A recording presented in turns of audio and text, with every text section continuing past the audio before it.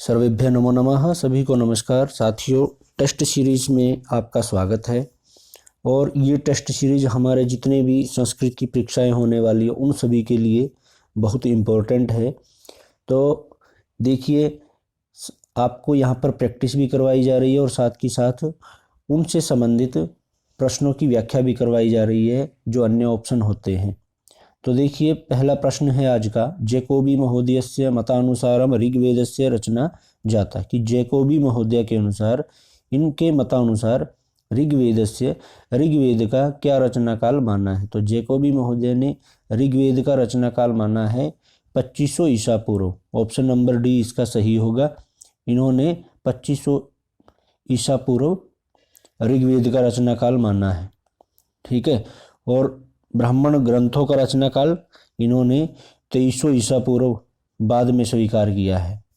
ठीक है। अगला प्रश्न देखिए, वैदिक संस्कृतस्य प्राचीनतम रूपम कुत्र लभ्यते, कि वैदिक संस्कृत का प्राचीनतम रूप कहाँ पर प्राप्त होता है।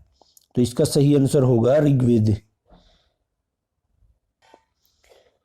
कहाँ पर प्राप्त होगा? ये प्राप्त होता है हमारा ऋग्वेद में, क्योंकि ऋग्वेद ही सबसे प्राचीनतम ग्रंथ है। अगला प्रश्न देखिए, लुंग लंग लिट लकाराणाम भवार्थकम प्रयोगो दृश्यते, कि इन लकारों का ज़्यादातर प्रयोग कहाँ पर दिखाई देता है। तो इनका प्रयोग सबसे ज़्यादा वैदिक संस्कृत में दिखाई देता है, क्योंकि लुंग लंग और लिट लकारों के शब्द कहाँ पर ज़्यादातर मिलते हैं? ये मिलते हैं वैदिक संस्कृत में। और संस्कृत में कितने लकारों का प्रयोग मिलता है? 10 लकारों का। और वैदिक संस्कृत में भी सबसे ज़्यादा किस लकार का प्रयोग मिलता है? लेट लकार का। ये जो लेट लकार है इसका प्रयोग कहाँ पर होता है? वैदिक संस्कृत में। अगला प्रश्न देखिए, अस्य विकृति पाठेषु समावेशः नास्ति, कि यहाँ अस्य विकृति पाठेषु, इन विकृति पाठों में समावेश नहीं है। मतलब इनमें से कोई एक ऐसा है जिनका विकृति पाठ में क्या नहीं है। तो देखिए, जो घन पाठ है वो भी, जो अष्ट विकृति पाठ हैं उनमें आता है घन पाठ भी, ध्वज पाठ भी आता है, दंड पाठ से ये भी आता है, लेकिन पद पाठ जो है वो नहीं आता। सर्वप्रथम देखें कि विकृति पाठ कितने हैं। तो ये विकृति पाठ 8 हैं। कौन कौन से हैं? देखिए, जटा, माला, शिखा, रेखा, ध्वज, दंड, रथ और घन। इस प्रकार से ये 8 प्रकार की 8 विकृतियां मिलती हैं। और जो पद पाठ है वो वेद मंत्रों का सस्वर पाठ के लिए होता है।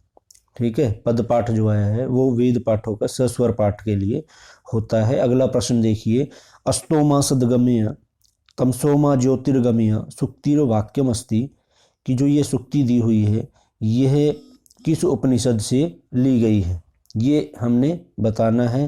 तो देखिए, इसका राइट आंसर होने वाला है आपका बृहदारण्यक उपनिषद।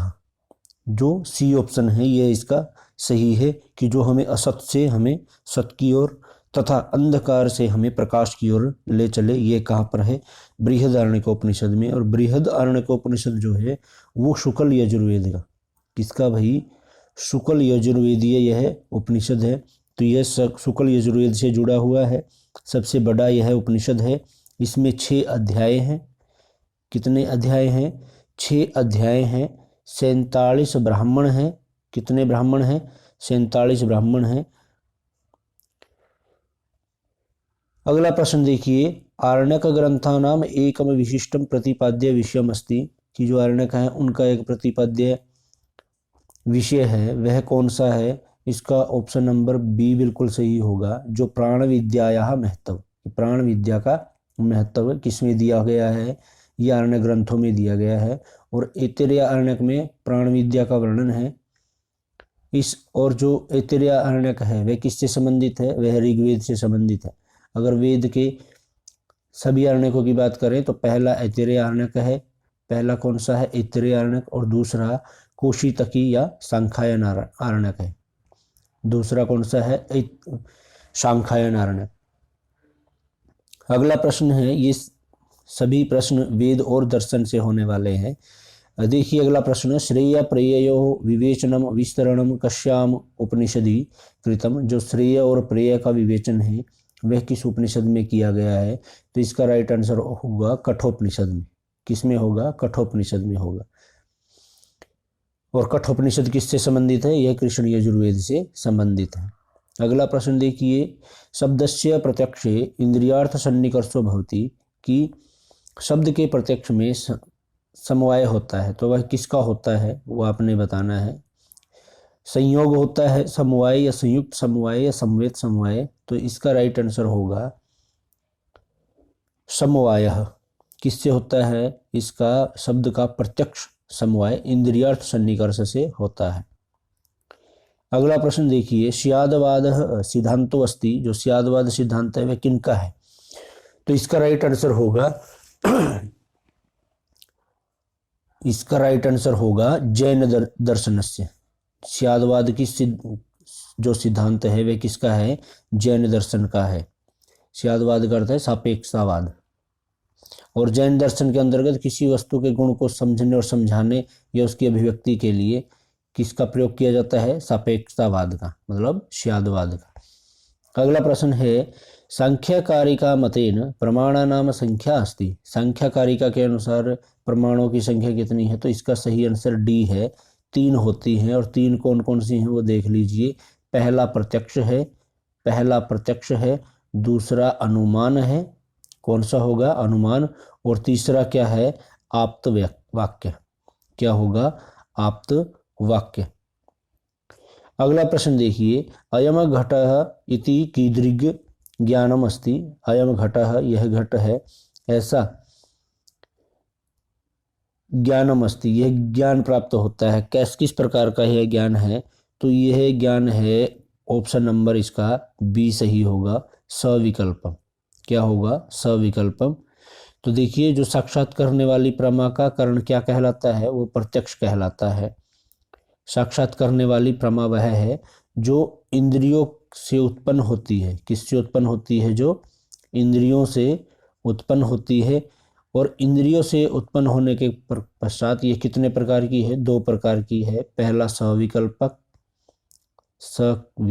और दूसरा है निर्विकल्पक। इस प्रकार से होगा, ये 2 प्रकार के होंगे। अगला प्रश्न है, उत्क्षेपणम किम अस्ति। उत्क्षेपण जो है वो क्या है? तो इसका राइट आंसर होगा भाई, उत्क्षेपण जो है वो कर्म है। क्या है? कर्म है। मतलब जो उत्क्षेपण है वह कर्म के अंतर्गत आता है। और दर्शन में कर्म कितने प्रकार के बताए गए हैं? 5 प्रकार के बताए गए हैं। कौन कौन से हैं? देखिए, सबसे पहला है उत्क्षेपणम। कौन सा होगा? उत्क्षेपणम। पहला उत्क्षेपण होगा। दूसरा होगा अपक्षेपण। तीसरा होगा आकुंचन। चौथा प्रसारण और 5वां गमन। इस प्रकार से होगा। अगला प्रश्न देखिए, भगवद गीता के 2वें अध्याय में योग का लक्षण है।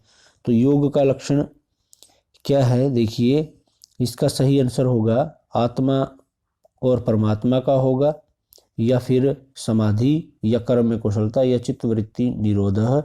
तो इसका सही आंसर होगा सी ऑप्शन, कर्म में कुशलता। एक प्रश्न रह गया कि संख्या मत में अंतःकरण है। यह कितने प्रकार का है? तो यह त्रिविध, यह 3 प्रकार का है। और 3 प्रकार कौन कौन से हैं अंतःकरण के? पहला तो बुद्धि। कौन सा होगा? बुद्धि होगा। दूसरा होगा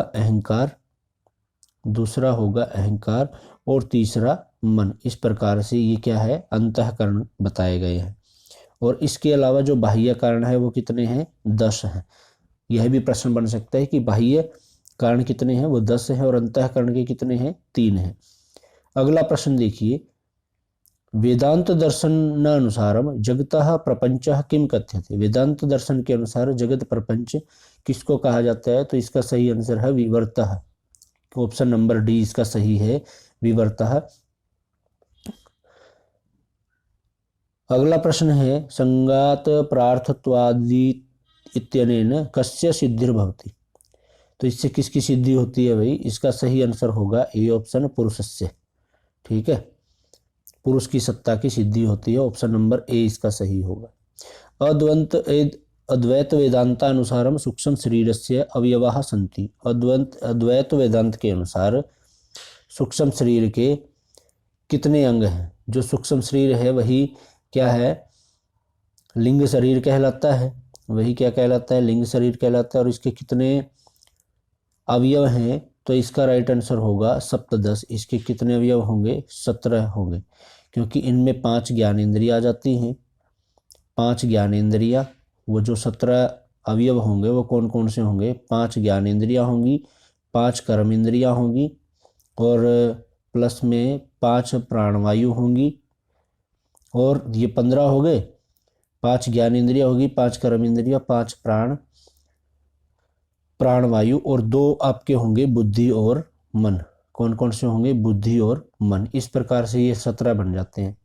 अगर बात करें कि 5 ज्ञानेंद्रियाँ कौन सी हैं, तो 5 ज्ञानेंद्रियाँ होती हैं श्रोत्र, त्वक, चक्षु, जिह्वा। श्रोत्र, त्वक, चक्षु, जिह्वा और घ्राण। ये 5 क्या है? ये 5 पंच ज्ञानेंद्रियाँ हैं।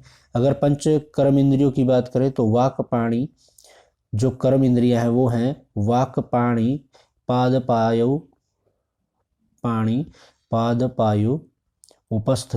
इस प्रकार से ये 5 क्या होती हैं? कर्म इंद्रियाँ होती हैं। और जो 5 प्राणवायु हैं वो होती हैं प्राण, अपान, व्यान, उदान और समान। इस प्रकार से ये 5 क्या होती हैं? प्राणवायु होती हैं। अगला प्रश्न है प्रतीत्य समुत्पाद सिद्धांतः स्वीक्रियन्ते। तो यह सिद्धांत किसने स्वीकार किया है? इसका सही आंसर है सी ऑप्शन, बौद्ध दर्शन ने। किन्होंने किया है? बौद्ध दर्शन ने। अगला प्रश्न है योग दर्शनानुसारम प्रमाणानि सन्ति। योग दर्शन के अनुसार प्रमाण है, तो योग दर्शन के अनुसार भी कितने प्रमाण हैं? 3 प्राण है। ऑप्शन नंबर ए सही होगा। कौन कौन से हैं? प्रत्यक्ष। 3 कौन कौन से होंगे? प्रत्यक्ष, अनुमान, और तीसरा होगा शब्द प्रमाण। तो ये 3 प्रकार के क्या है? हमारे योग दर्शन ने प्रमाण माने हैं। अगला प्रश्न है ईश्वरस्य वाचक। योग सूत्र के अनुसार ईश्वर का वाचक है, तो ईश्वर का वाचक कौन है?